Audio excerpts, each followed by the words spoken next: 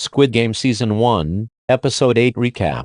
Just like that, in the bathroom, we see that a giant chunk of glass is wedged in her stomach. She pulls it free and bandages the wound, but it's a bad one. The finalists have all been given numbered tuxedos as a reward for their success, but there's clearly a bit of time killing involved since the front man is still on the island in pursuit of Junho. He symbolically shoots a hole into the oxygen canister that Junho left on the beach. The officer is able to call his superior and request that he locate a signal and send a whole squad there. He also sends him several of the photos and videos he has taken as evidence, which should do the trick, but there isn't enough signal for the messages to get through. Elsewhere, several fine meals are prepared for the finalists on a table in the shape of a triangle. It's an odd dynamic to see the guards suddenly waiting on the players. Jihan and Sang-woo angrily stare at each other while eating, and Seobae-yeok does her very best to remain conscious, all while Junho continues to run around the island, trying to evade capture for long enough to get some consistent phone signal. Eventually,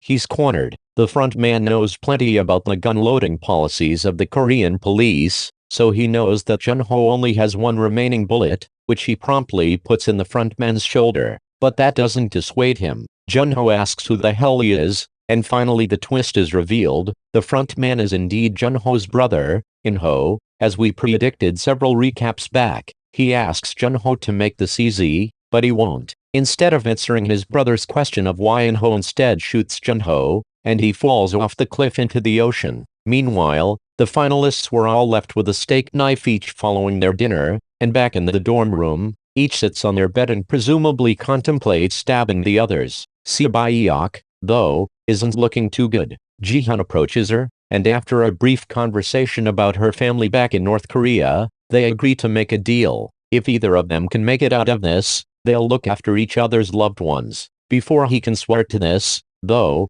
Jihan realizes that Sang-woo has fallen asleep, and begins to cross the room with his knife drawn, ready to kill him. Seobae-yeok tells him not to, that's not who he is, and she's right. After that sage advice, though, she begins to lose consciousness from the blood loss. Jihan summons help, but the guards enter with a coffin, not a doctor. When Jihan turns around, Sang-woo is standing over Seobae-yeok's bedside, having cut her throat. Enraged, Jihan picks up his own knife and lunges at him, but the guards separate them. There's still a final game to play, after all.